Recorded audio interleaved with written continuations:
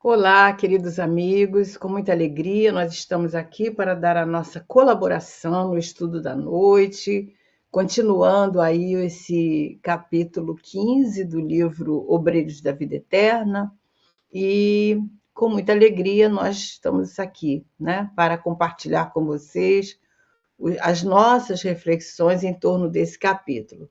Mas antes, vamos fazer a leitura da página que nós separamos hoje e escolhemos assim uma página pertinente a tudo que nós vamos refletir, embora de forma subjetiva, mas não deixa de ser uma reflexão que Emmanuel vem trazendo no livro Roteiro, e a mensagem se intitula No Plano Carnal, né? Então vem falando do corpo e tudo mais. E nós separamos alguns parágrafos para não tomar muito tempo, porque as mensagens desse livro são um pouquinho longas, né? Então diz assim Emmanuel: isolado na concha milagrosa do corpo, o espírito está reduzido em suas percepções a limites que se fazem necessários. Dentro da grade dos sentidos fisiológicos, porém, o espírito recebe gloriosas oportunidades de trabalho no labor de autossuperação. Assim também, pela necessidade de sublimação, o espírito atravessa extensos túneis de sombra na terra, de modo a estender os poderes que lhe são peculiares.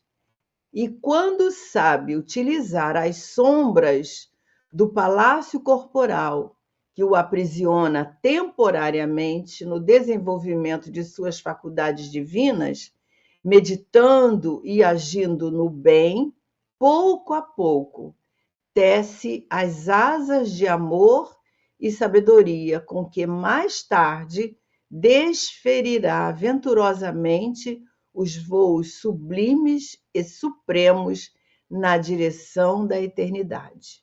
Então, Emmanuel está nos fazendo uma reflexão em torno da nossa jornada aqui enquanto encarnados, né? Que, como espíritos imortais, nós também temos as nossas autossuperações, as nossas sublimações, e precisamos de utilizar muitas vezes das sombras que nós trazemos no palácio corporal, que é o corpo, né? Que nos aprisiona, para transformar tudo isso, pouco a pouco, em amor e sabedoria. Achei muito bonita essa mensagem e vamos então agradecer a Deus a oportunidade de nós estarmos aqui refletindo sobre as questões da alma, para que nós possamos caminhar com segurança na nossa existência, durante a nossa encarnação. E esse capítulo hoje que nós vamos dar continuidade traz bastantes reflexões em torno da nossa responsabilidade, em torno da seriedade que é a jornada da alma, né? Então, que Jesus nos abençoe, que nós possamos ter um programa de bom proveito para todos nós. Que assim possa ser. Muito bem, vamos ver então quem está aqui conosco, né? Patrícia Campos, boa noite. A Beth Mana, que está aqui conosco nos bastidores. E Cláudia Paz, né? E todos aqueles que chegarem serão bem chegados. O nosso estudo é interativo, vocês podem comentar e até trazer as suas questões, né, em relação ao que nós estamos falando. Sempre é bom, sempre enriquece. Então, como a gente estava falando, a gente hoje vai dar continuidade a esse capítulo 15, né, que chama Aprendendo Sempre. Os 3 últimos capítulos, contando com esse, falam da desencarnação de Dimas, né? Veja como a desencarnação é um tema de aprendizado, né? Então, nós vamos dar continuidade desse capítulo, e quem está acompanhando, a gente sabe que é um capítulo muito interessante, porque ele trata especificamente da desencarnação, do desligamento de Dimas, né? Todo o processo de desencarnação, desde a doença até ele chegar à consciência de que está desligado do corpo, né? Nós vimos aí nos capítulos anteriores que Dimas morreu, mas ainda não tinha desencarnado, que existe uma grande diferença, né? A morte do corpo é a paralisação do organismo, dos sistemas, né? É o que os médicos, a ciência atesta como finalizou ali a elaboração da máquina, né? Mas o espírito ainda está preso, né? A esses liames que foram presos liame por liame desde o momento da concepção, e agora ele leva um tempo para esse desligamento. E a gente aprende muito com isso, né? Porque tem várias formas de desencarnar. E a maioria das pessoas morrem, mas não desencarnam, porque não tem essa consciência, ou se tem, tem aí várias questões que também atrapalham. Mas lá no Livro dos Espíritos diz que quando nós temos esse conhecimento, ajuda muito nesse processo que Kardec chamou de período de perturbação, que é o período que o perispírito vai se desligar do corpo, né? Então, isso que nós vamos estar continuando hoje, só que está terminando o período do velório de Dimas e já vamos partir para o sepultamento, né? Todos os laços foram desligados. Por último, foi desligado o que nós chamamos de cordão de prata, que é o cordão que liga o nosso coronário, né, ao espírito. Então, ele foi desligado por último. Dimas ficou 24 horas desligado de todos os laços, mas ainda preso pelo laço fluídico que liga o corpo ao perispírito, ao espírito, né? Então, vamos acompanhar agora o final do velório e o enterro de Dimas.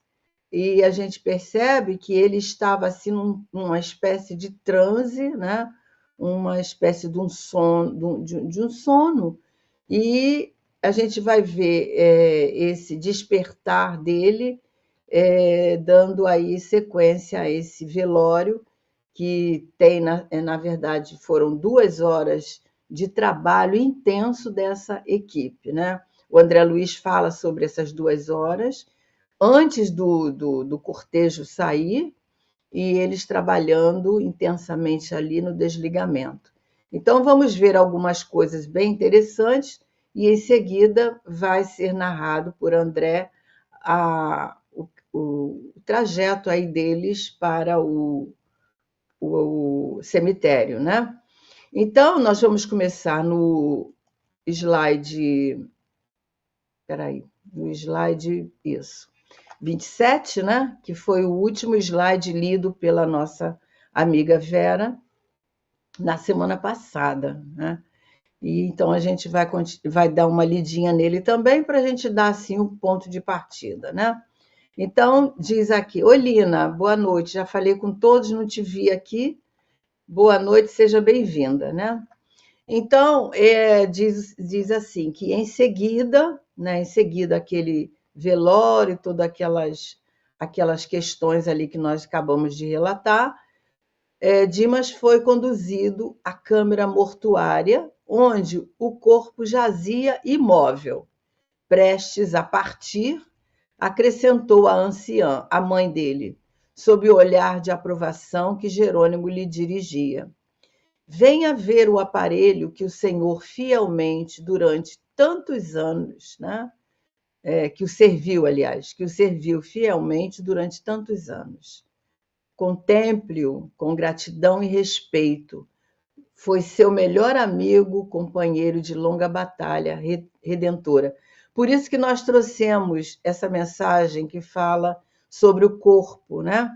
Porque o corpo nos é um companheiro de caminhada, né? Durante nossa existência toda, nós nos servimos dele para nos comunicarmos, para nos aprimorarmos, para desenvolver todas as nossas ações, né? Então, o corpo, nós devemos ser muito gratos, né, ao nosso corpo. É diferente daquele endeusamento, é uma questão de respeito, de gratidão, como ela está falando aqui, né? Porque ele é o nosso melhor amigo, companheiro aí dessa longa batalha que nós temos na nossa caminhada, né? Durante a nossa encarnação. E como a viúva e os filhos chorassem ainda lamentosamente, a mãe de Dimas adverte: deplora os sentimentos negativos a que se recolhem os seus entes amados, despercebidos das realidades do espírito.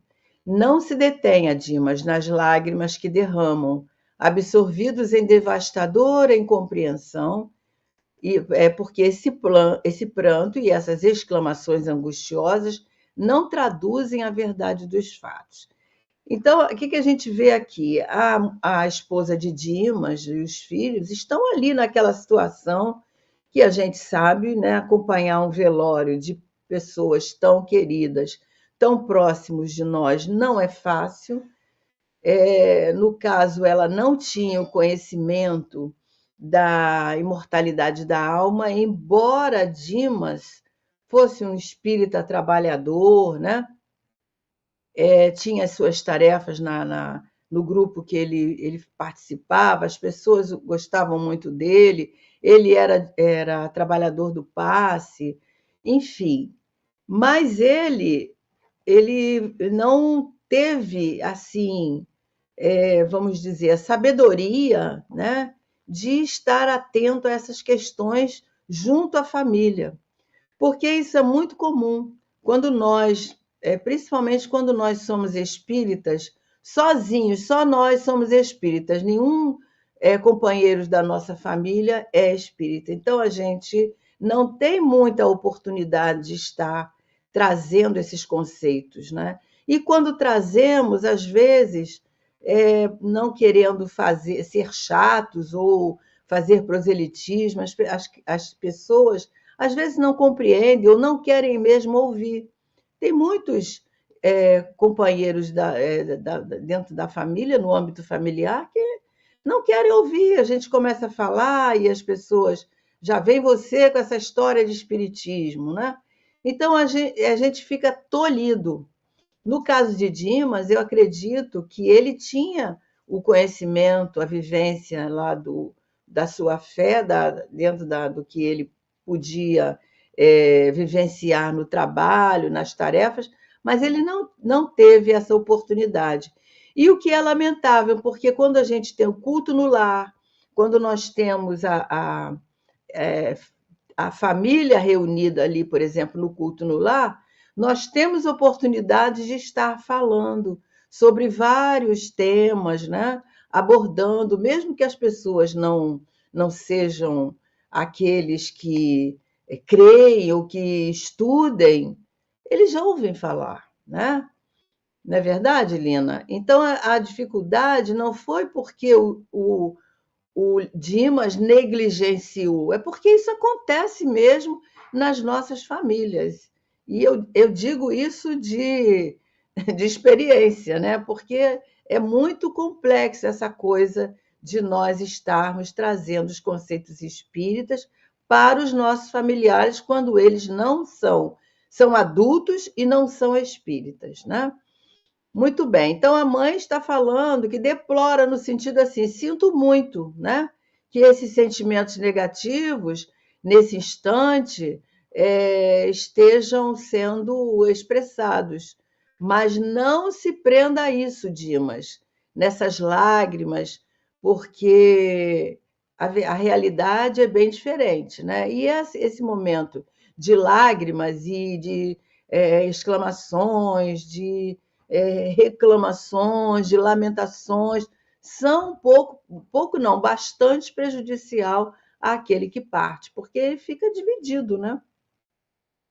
Então, continuando, e ela vai falar: você sabe agora mais que nunca que a imortalidade é sublime, porque ele está experienciando ali a verdade, né? Nunca houve adeus para sempre. Na sinfonia morredora da vida, na sinfonia morredora da vida, abstenha-se, pois, de responder, por enquanto, às arguições que sua mulher e seus filhos dirigem ao cadáver. Aquela coisa, né, que a gente ouve às vezes nos velórios: como é que você fez isso comigo, né? Você vai me deixar, como é que eu vou fazer? Como é que vai ser a minha vida? Então, essas questões, elas são muito, atrapalham muito, interferem muito na vida do espírito que está ali naquele momento dividido, e dependendo da causa mortis, ele se sente até culpado, né? Então, quem tem o conhecimento já age um pouco diferente, embora a dor não tenha como nós quantificarmos, né? Então ela vai falar, né? Quando você estiver refeito, voltará a auxiliá-los, consagrando-lhes ainda e sempre inestimável amor. Como a dizer: agora, no momento, não se preocupe com isso. Quando você estiver bem, quando passar todo esse período turbulento, você mesmo vai poder auxiliar, falar através do pensamento, fazer visitas e tudo mais que nós já acompanhamos com os relatos de André Luiz aí, que nós já vimos, né, que tudo isso acontece. Então ele vai continuar dizendo, o André agora, que Dimas, diante disso, ele procurou conter-se, conter toda aquela perturbação, aquela situação turbulenta ali do ambiente doméstico. E, vacilante ainda, ele debruça sobre o ataúde, sobre o caixão, vertendo grossas lágrimas. Via-se-lhe o inaudito esforço para manter serenidade naquela hora. Rente a ele, a esposa proferia frases de intensa amargura. Todavia, em obediência às recomendações maternas, ele guardava discreta atitude de tristeza e enternecimento. Então, a situação, como a gente já disse, muito delicada, né? Muito delicada para o espírito. E a gente sabe, quem já passou por uma separação de pessoas próximas, seja filho, seja marido, seja um amigo querido, a gente sabe que mesmo nós, quando temos o conhecimento espírita, né, não adianta nós dizermos que a morte não existe, né, que a vida continua, a dor está ali presente. A dor não podemos dimensionar. E cada um, boa noite, Viene, seja bem-vindo. A dor não é possível nós dimensionarmos, né? Então, ela vai continuar dando esse fortalecimento a Dimas, né? Mas ele está perturbado, porque imagina uma esposa e os filhos naqueles lamentos. Então, André diz que nota que Dimas sentia muita dificuldade para organizar seus raciocínios, organizar as suas ideias, porque ele tenta em vão articular uma prece em voz alta. Mas como ele está naquele período, né, de turbulência mental, às vezes sem. Porque quando o espírito separa do corpo, ele não tem a nítida impressão que nós temos quando nós estamos ligados. É tudo confuso, é muito confuso. Então ele quer falar em voz alta, mas não consegue. se expressar. Então, Jerônimo vai perceber esse intenso desejo dele se pronunciar e ele se aproxima dele numa atitude muito bonita, né, só de um espírito bondoso, de uma maneira muito sensível, e toca a sua fronte com a mão direita assim, luminosa, né? Porque o companheiro está cheio de amor, cheio de compaixão, declarando sentir-se, ele, agora o Dimas, se declara, se sente inspirado. Então, ele se levanta, pede permissão para pronunciar breve súplica, no que foi atendido e acompanhado por todos. É claro que os encarnados não perceberam Dimas fazendo essa prece, porque ele já estava fora do corpo, né? O corpo está ali no ataúde, no caixão, inerte, mas ele está em prece. Que bonito, né? Que lucidez desse espírito. Então, todos os que estavam ali da equipe acompanham esse momento tão sublime. E sob a influência de Jerônimo, o Dimas orou sentidamente. Verifiquei que Dimas experimentava imensa consolação, graças ao gesto amigo de Jerônimo. Quer dizer, o Jerônimo deu um amparo para ele, né? E ele se sente muito acolhido, muito assim fortalecido naquele momento de grande um sentimento íntimo muito profundo, né? Que ele, Dimas, sentia. E aí a gente vê os benefícios da prece. Imediatamente ele começa a se recompor diante de tudo aquilo que acontecia no mundo físico. Ele, no mundo espiritual, ele já conseguia estar mais forte, né? E logo após, ante as exclamações dolorosas que continuavam ali dos familiares, o ataúde foi cerrado e iniciou-se o préstito silencioso. Quer dizer, aí vai começar todo aquele processo que a gente bem conhece, né? E a equipe seguia o final do cortejo junto de outro número de 20 entidades desencarnadas, inclusive o Dimas. Então, ele acompanha ali, junto daquelas entidades que apoiava, que amparava, né? Dimas, é como se ele saísse, né, de uma cirurgia, de uma anestesia, algo, ele está ainda se recompondo no seu corpo espiritual, né? Então, ainda está naquela perturbação normal, mas numa turbulência também mental.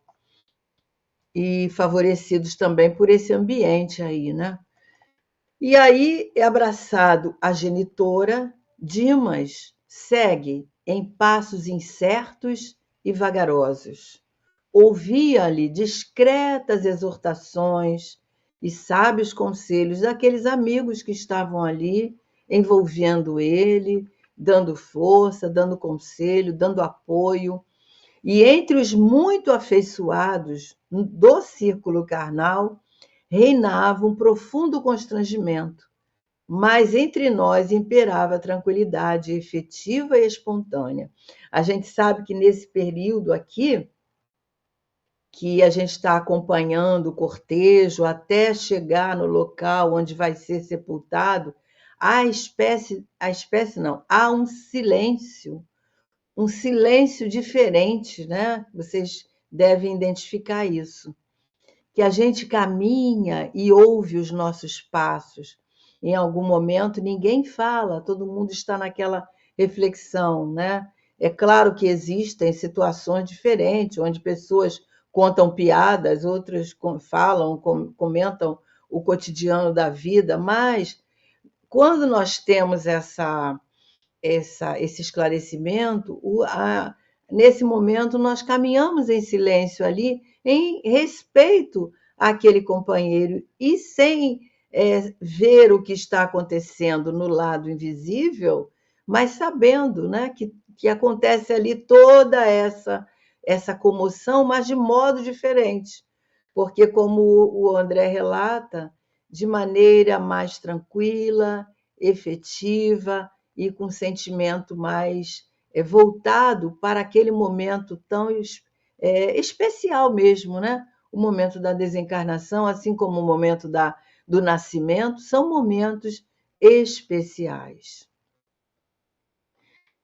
E aí, seguindo aqui, ele diz: prosseguíamos com as melhores notas de calma quando nos acercamos do Campo Santo, do cemitério, né? Aquele trajeto ali entre os túmulos até chegar lá aonde ele ia chegar mesmo a ser sepultado. Estranha surpresa empolgou-me de súbito. Nenhum dos meus companheiros, com exceção de Dimas, que fazia visível esforço para sossegar a si mesmo, né, exteriorizou qualquer emoção diante do quadro que víamos, mas não pude sofrear o espanto que me tomou o coração. Então, todos caminhavam ali, naquele silêncio, naquela, vamos dizer, na última homenagem, né, que estava sendo prestada ali àquele companheiro, e o André começa a observar, né, os companheiros que estavam ali, como é que eles se manifestavam, né? E aí vamos ver o que acontece aqui que toma o coração de André. As grades da necrópole, estavam cheias de gente da esfera invisível, quer dizer, cheias de espíritos.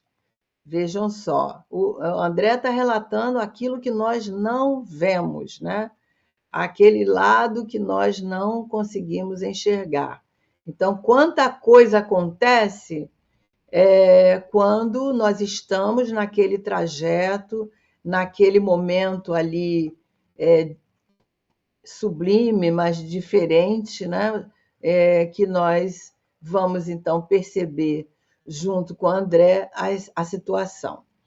Então existia ali uma gritaria ensurdecedora, verdadeira concentração de vagabundos sem o corpo físico que apinhavam-se à porta, endereçavam palavras, né, ditérios, palavras chulas, piada, né, a longa fila de amigos do morto. No entanto, ao perceberem nossa presença, mostraram caratonhas de enfado. E um deles, mais decidido, depois de fitar-nos com desapontamento, bradou aos demais: não adianta, ele é um protegido. E a gente vai ver por que eles se portam assim, né? E o que eu achei curioso aqui, né? Acho que é interessante a gente comentar, que eles ficam na grade, na porta, eles não conseguem entrar. A gente sabe que eles estão ali desencarnados, né? Como é que eles não entram? Será por que eles não entram? Eles poderiam entrar pela porta, poderiam atravessar a parede, passar por cima, porque o cemitério não tem teto, né? Mas eles não conseguem entrar. Por quê? Porque não é autorizado. O mundo espiritual, tanto o mundo espiritual inferior quanto o superior, ele tem uma hierarquia, então vibração, através da vibração. Então, eles não têm permissão para passar dali. Então, eles ficam na porta, né? Gritando, fazendo aquele estardalhaço do lado de fora, aquela gritaria ensurdecedora. E isso acontece também nos nossos centros espíritas. A gente estuda isso quando a gente vê lá no livro Nos Domínios da Mediunidade, que o André Luiz fala que só entra na casa espírita quem é quem tem permissão. Missionários da Luz também ele fala sobre isso. Quem não tem permissão não pode entrar. Ou seja, tem que ter condições vibratórias para poder passar naquelas barreiras magnéticas que são formadas pelos espíritos e que é um limite, né? Então, por isso eles não conseguiam entrar. E aí, André continua: voltei-me preocupado e indaguei ao padre Hipólito o que significava tudo aquilo.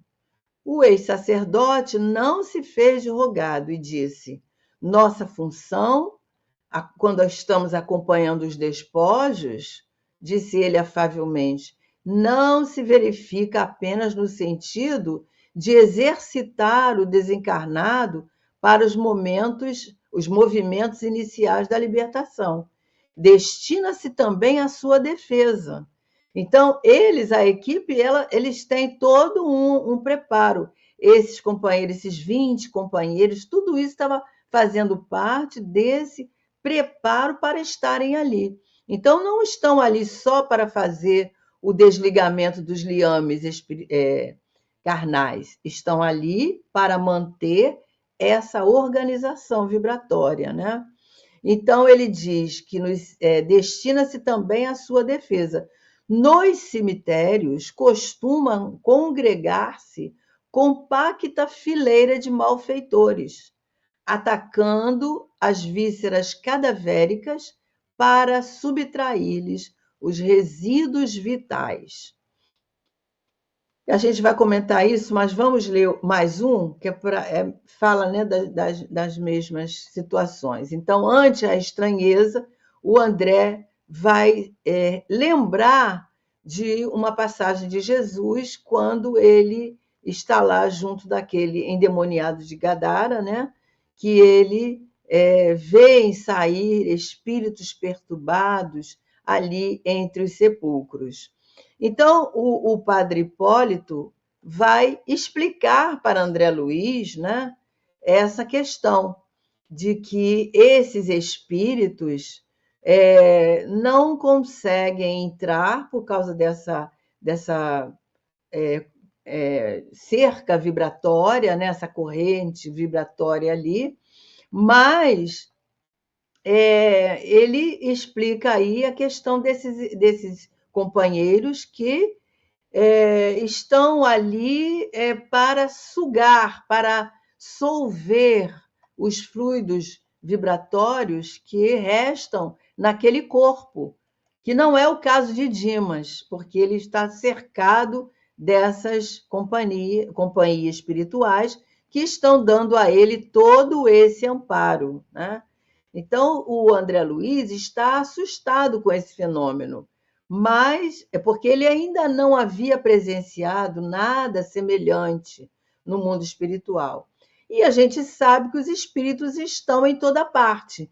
Então, ali também tem aquela turba de espíritos que estão ali na busca dessas energias, daqueles corpos que chegam todos os dias, né? E isso é um exemplo forte que a gente ficou pensando aqui, mas é como se fosse aqueles, quando a gente vê no campo, em algum lugar, um animal que está em decomposição, por exemplo, e surgem ali por cima o quê? Os urubus, né? Em busca de quê? Daqueles restos mortais. É semelhante a isso, embora seja um exemplo um pouco forte, né?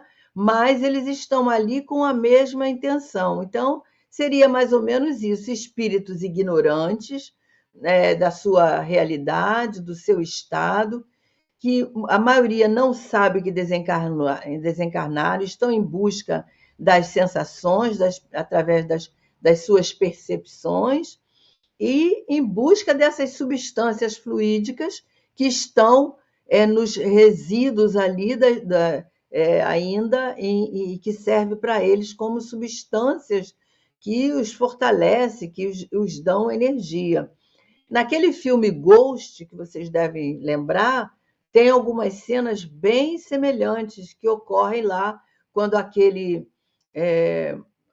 homem que rouba o outro, que mata, desencarna, vem uma porção de vampiros em cima dele, né? Cheio de algazarra, como se tivesse achado ali uma presa valiosa. E essas cenas são bem semelhantes às que André Luiz descreve, né? Então é como se eles já atacassem aquele recém-chegado. E isso é que causa, que André chama do vampirismo. São vampiros. O que o vampiro faz? Suga. Então, eles vão sugar essas energias vitais que ainda estão ali naquele corpo, que estão ligados estão desligados do corpo físico, mas a mente do espírito ainda está ligada lá nesse corpo físico, né? Então, em alguns casos, o espírito, que não é o caso do Dimas, ele começa a sentir todas essas sensações. E aí, quando ele fala aqui, né, o Padre Hipólito faz uma observação aí dizendo que isso faz com que os espíritos, né, esses benfeitores que vão auxiliar, torna a ação deles, a tarefa deles, mais difícil ainda, né? Então, André ele vai lembrar aqui da questão dos na próxima, né? Dessa a passagem, que acontece lá, né? Jesus expulsa aquele chamado demônio, entre aspas, né? Que era um espírito obsessor, que estava ali numa legião, ele fala, né? Estava ali numa legião, porque eram muitos. Deixa eu ver se tem alguma coisa aqui que vocês estão falando. Então, eles se lançam nos porcos que estão próximos ali. Essa passagem no Evangelho é trazida nos 3 evangelhos, mas Kardec vai explicar no livro A Gênese, né, que o que ocorre é que Jesus, ao expulsar aqueles espíritos perturbadores que deveriam ter assim aparências horríveis, né? Eles vão, os porcos que estavam ali próximos, eles se assustam. Então, eles vão em direção como é que fala? Eles caem, né, nos precipícios lá e acabam morrendo, mas por serem assustados por esses espíritos. E aí ele vai continuar dizendo aqui, o Padre Hipólito conversando com ele, e diz, reconhecendo a inexperiência no trato com a matéria religiosa, o Padre Hipólito continua perguntando para ele, como você não ignora, as igrejas dogmáticas da crosta terrena possuem erradas noções acerca do diabo, mas inegavelmente os diabos existem, que somos nós mesmos quando desviamos dos divinos desígnios, pervertemos o coração e a inteligência na satisfação dos nossos caprichos. Então, a gente sabe que o diabo, na figura que é descrita lá pelas igrejas católicas, pela Igreja Católica, ou como é entendido na teologia, eles têm uma aparência, né, que não é dessa aparência que a gente está falando. Mas de que nós vamos chamar esses espíritos a não ser demônios ou diabos? Porque é como se esses nomes foram combatidos aos séculos aí, mas na verdade são, entre aspas, diabos, como a gente não como é descrito lá, mas na sua deformação perispirítica, na sua deformação de desequilíbrio e tudo mais. Então, pela ignorância, pela maldade, pelos desejos primitivos, esses espíritos eles vão se deformando, eles vão tomando até alguns a aparência mesmo de diabos, né? Descrito isso aí nos livros de André Luiz. E nós podemos entender que existem sim criaturas que se tornam diabólicas, né? Que somos, como o Padre Hipólito está dizendo aqui, nós mesmos, em situações muito precárias espiritualmente, que podem ser descritas assim, como sendo o diabo, o demônio, que, conforme ele está dizendo, não é do jeito que é dito no conhecimento popular, né, ou teológico, mas é como se fosse. Então, que outro nome nós poderíamos dar, né? Então, o Padre Hipólito está mostrando isso, né? E aí ele vai dizer: "Oh, mas que paisagem repugnante!" exclamei surpreendido. O André fala, interrompendo a instrutiva explanação do Padre Hipólito. E o padre concorda, é verdade. É um quadro deveras ascoroso, todavia é reflexo do nosso mundo interior, onde também nós, nem sempre, fomos leais filhos de Deus. Então, a observação satisfez ali ao que André estava falando, né? E eles começam agora a descrever o que estava acontecendo. E aí ele diz: logo após, ante os meus olhos atônitos, Jerônimo inclinou-se sobre o cadáver, no ataúde, ali no caixão, né? Momentaneamente aberto, ainda estava aberto, antes da inumação, e através de passes magnéticos longitudinais, ele extraiu os últimos resíduos de vitalidade, os fluidos vitais, né?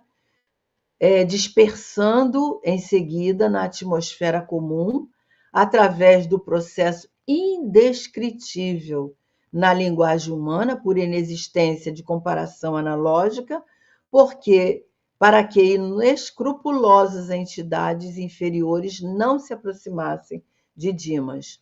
Então, naquele momento que a gente chega ao local que vai ser o corpo vai ser enterrado, a gente sabe que tem aquele momento, né, que os trabalhadores ali que estão levando o caixão perguntam, né, se querem que abre, a última despedida do morto e tudo mais. Isso é o que acontece aqui no nosso plano físico.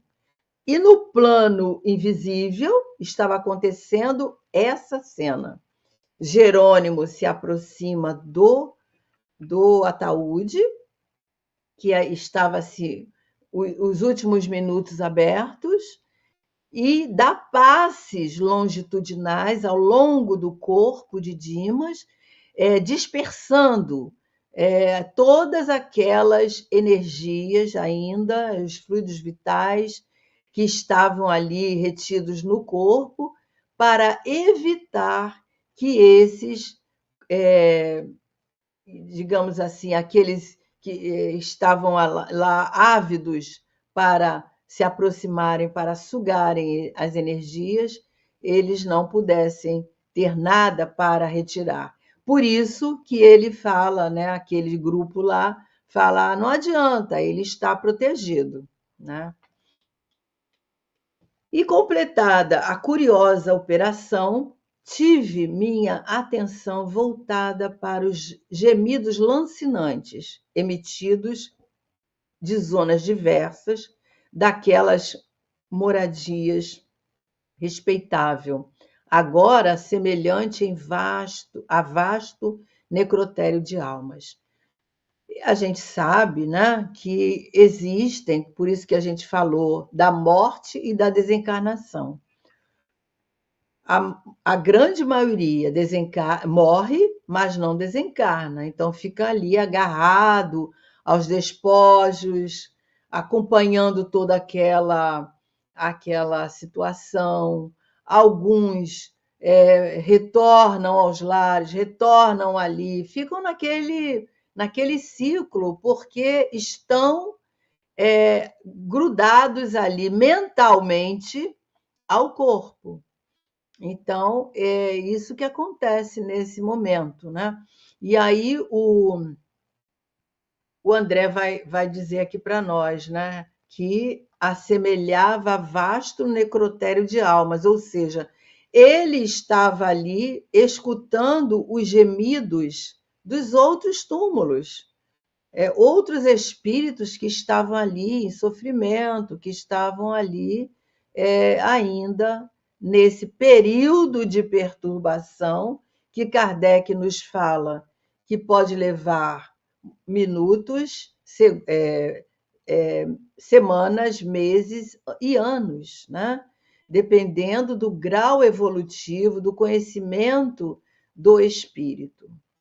E aí ele continua dizendo que Jerônimo entrara em conversação com vários colegas ali da equipe, enquanto a maioria dos companheiros encarnados, em obediência à tradição, atiravam a clássica pazinha de cal ou poeira sobre o envoltório entregue à profunda cova.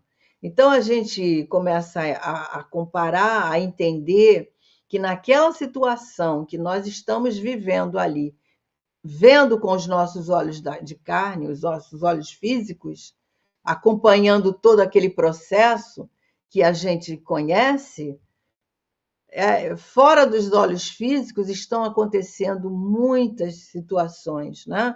Inúmeras experiências. Então é daí que vem a questão do respeito, a questão da seleção de conversas, a seleção até mesmo dos nossos pensamentos, porque isso tudo para não entrar em interferência ali com aquele que desencarnou.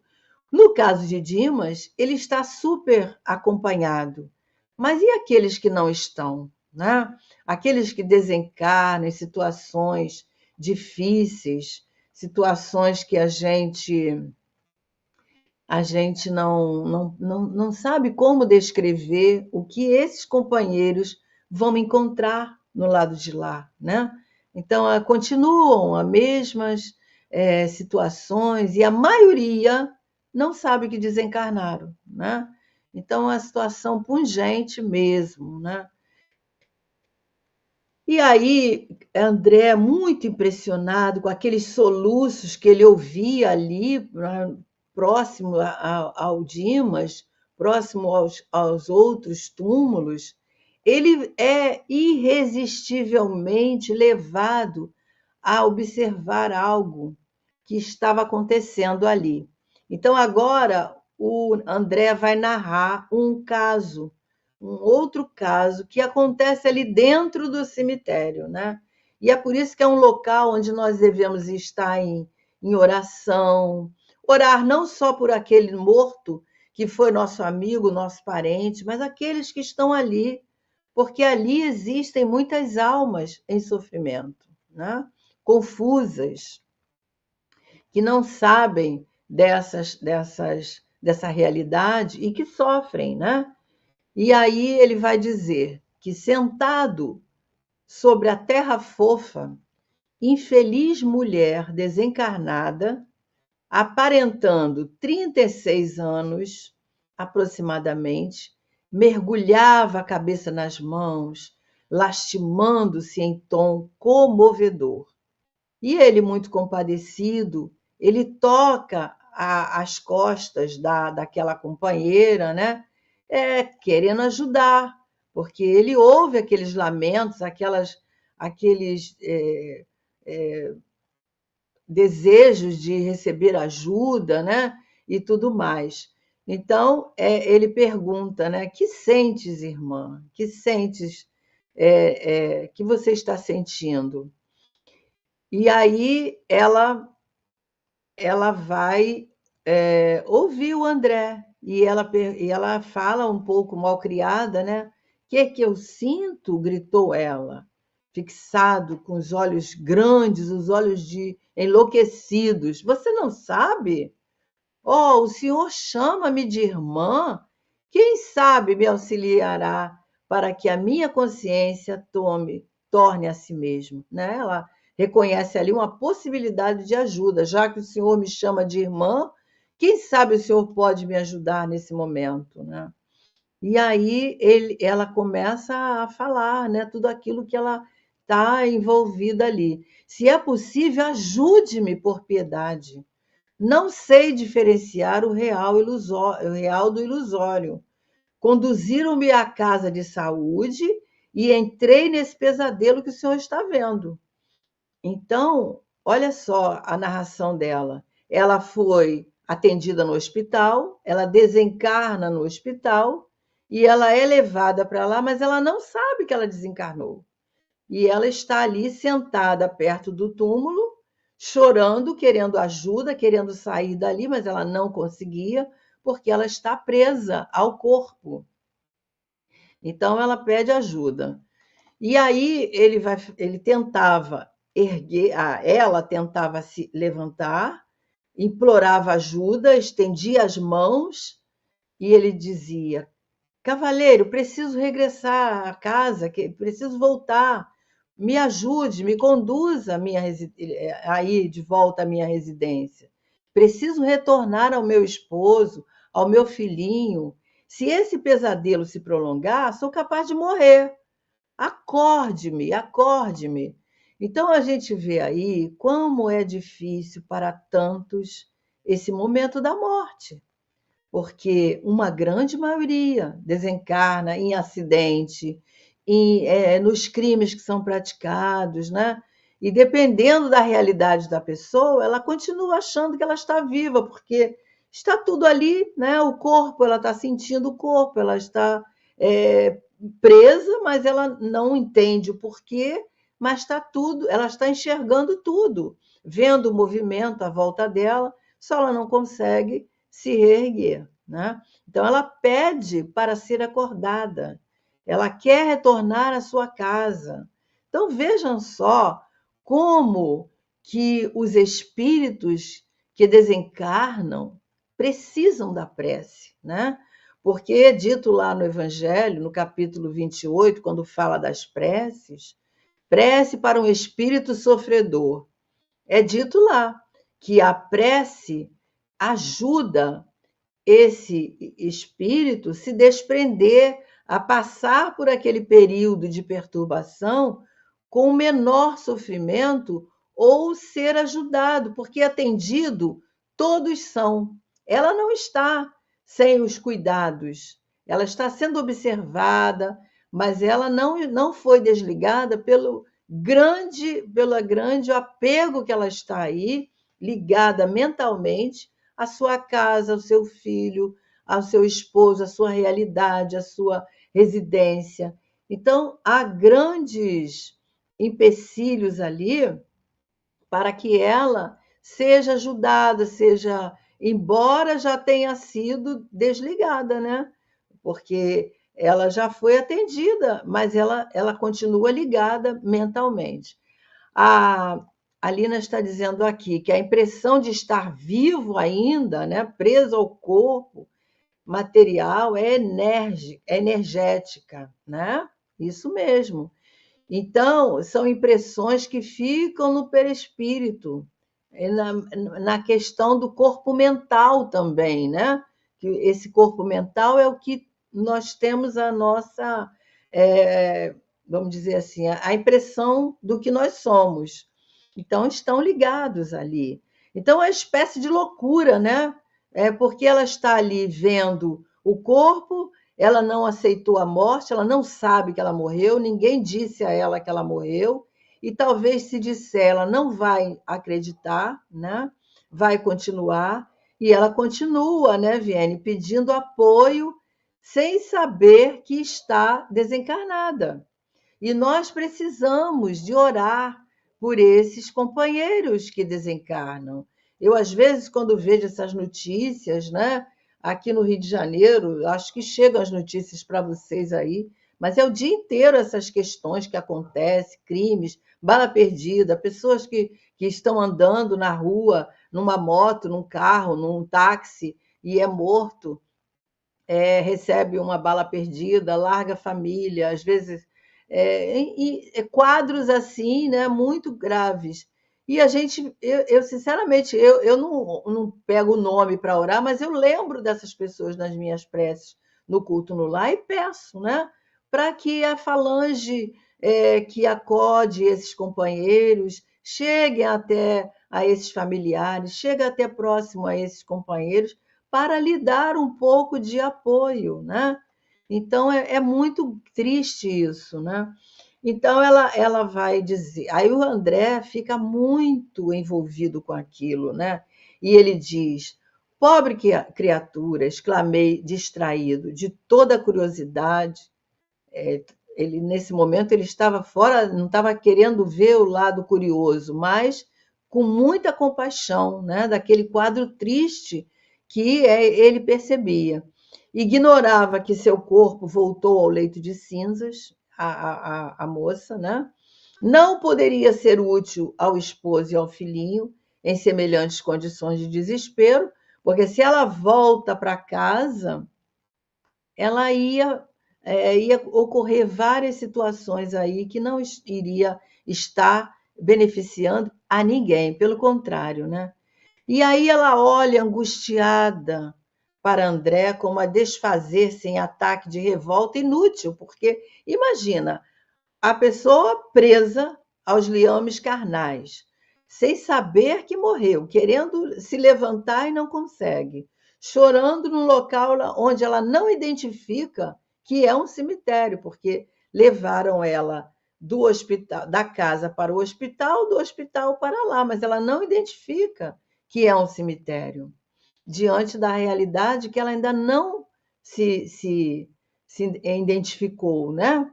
E aí ela vai. O André ainda fala, olha que ele fala, já orou, minha amiga, já se lembrou da providência divina? Quer dizer, ele, como médico, ele quer ajudar, ele quer oferecer algum tipo de ajuda para que essa companheira possa se ver numa outra situação, né? Aí ela vai dizer: não, quero um médico, depressa, eu só ouço padres. E ela estava irritada. Não posso morrer. Despertem-me, despertem. E aí o André falava: Jesus é o nosso médico infalível. E indico-lhe a oração como remédio providencial para que ele a assista e cure. Mas ela, diante da situação que ela enfrenta, ela não ia entender nada do que ele estava falando. Simplesmente, né, Aline, é uma situação que deve ser desesperadora. Então, a gente vê aí a necessidade de nós sabermos sobre a desencarnação, identificarmos que nós não estamos mais no corpo físico, como isso é importante, né? Então, esse conhecimento da imortalidade da alma, esse conhecimento de que a qualquer momento nós podemos partir daqui a pouco, né? Em qualquer situação, é muito sutil a vida e a morte. Então, mas ela não ia entender nada, né? Porque ela não estava nem sonhando no sentido assim, que é possível nós usarmos essa expressão, que estava desencarnada, né? E aí ele vai dizer que a infeliz, entretanto, parecia distanciada de qualquer noção de espiritualidade. Por isso que nós estamos falando. A questão da morte, da gente saber sobre que o espírito é imortal, que a morte não existe no sentido espiritual, o corpo sim, né? A questão da oração, que o Dimas se lembrou ali, e foi logo fazer, embora ele não tivesse condições, mas ele foi ajudado. Tudo isso são ferramentas que nos auxiliam nessa passagem, né? E aí, tentando agarrar o André com as mãos cheias de manchas estranhas, embora não alcançasse o André, né? Ela grita estontoricamente: chamem meu esposo, não suporto mais, estou apodrecendo. Oh, quem me despertará? Que coisa, né? Que quadro pungente, né? A mente fica, né? a mente fica embotada, porque você vê o Dimas, que tem todo aquele amparo, aquela corte ali ajudando ele está com a mente um pouco obnubilada, um pouco nublada. Imagina uma pessoa que não tem esse amparo. Fica mesmo, né, atordoado. É um sofrimento muito grande. A gente vê isso nas mesas mediúnicas que a gente trabalha, né? O espírito dizendo, esse discurso dessa moça é dito nas nossas mesas mediúnicas, né? Onde o espírito é levado muitas vezes para encontrar um socorro, uma ajuda, porque ela aqui, ela só vai atender quando ela tiver alguma noção do que aconteceu com ela, né? E no momento não é nem possível dizer a ela de repente, porque ela está muito perturbada. E aí, de fúria aflita, passou do choro ao choro humilde, ferindo-me a sensibilidade. Compreendi então que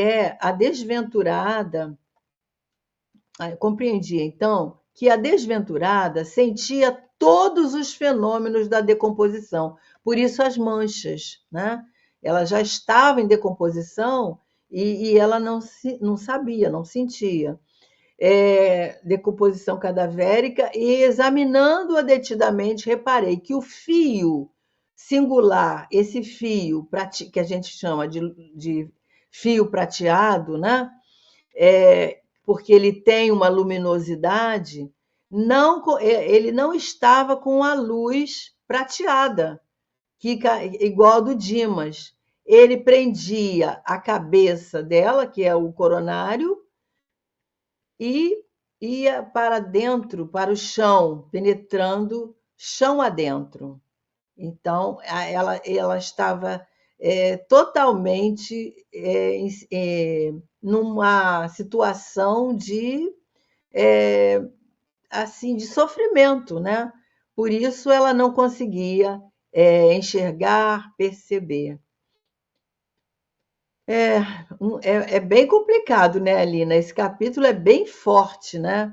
E aí o André ia falar com ela sobre essas questões para esclarecer, recordando os recursos sublimes da prece.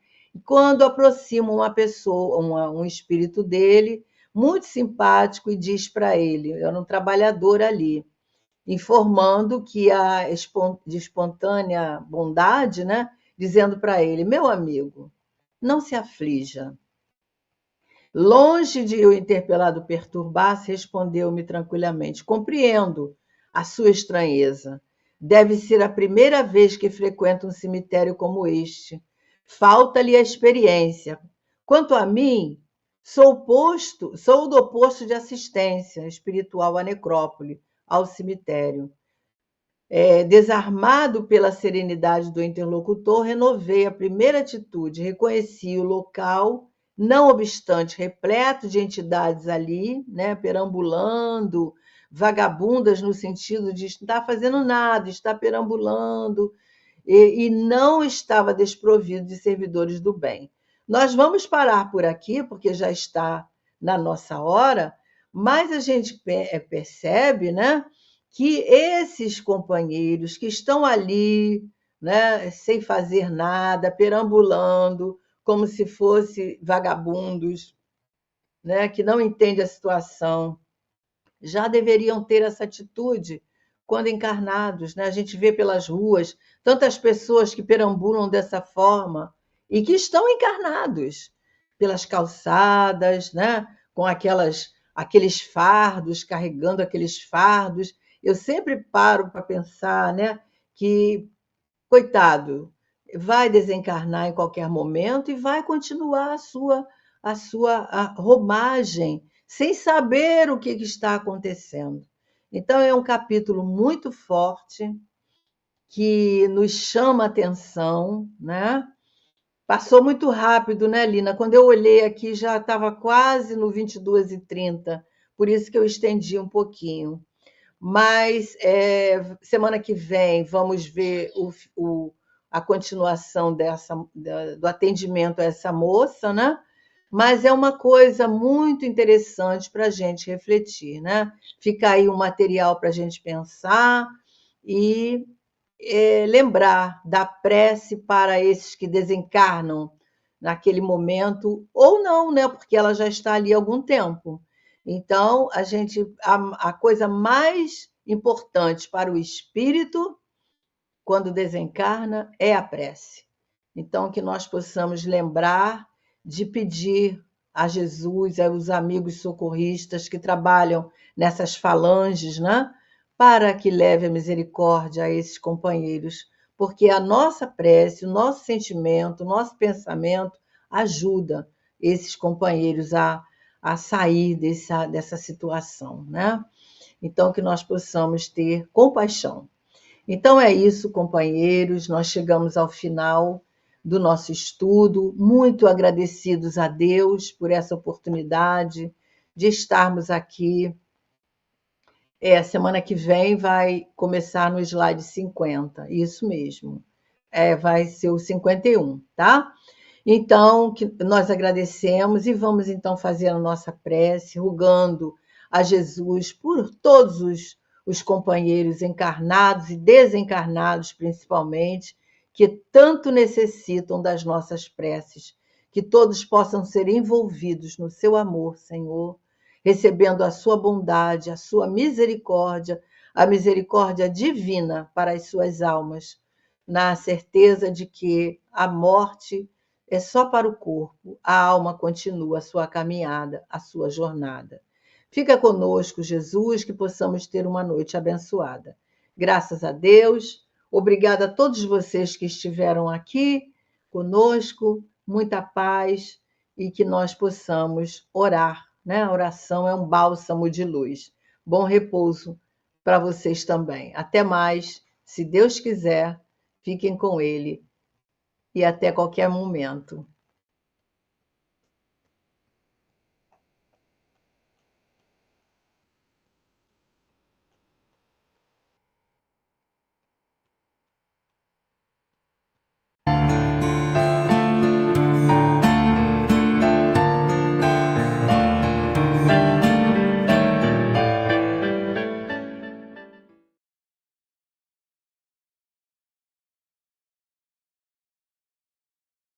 Como você tem vivido a caridade? Como está a sua relação com o mundo, com a natureza, com você mesmo e com o irmão de caminhada? #acolher, a caridade como estilo de vida.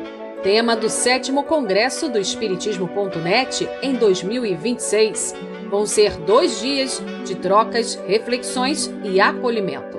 O Mestre Jesus, que nos ensinou a amar sempre, disse: "O que vocês fizeram a algum dos meus irmãos, a mim o fizeram." E a doutrina espírita, que tem como bandeira "fora da caridade não há salvação", também nos revela que a caridade, como entendia Jesus, é benevolência, indulgência e perdão.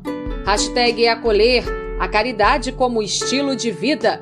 Prepare-se para refletir sobre esse importante tema do 7º Congresso do Espiritismo.net, dias 26 e 27 de setembro de 2026, no Rio de Janeiro.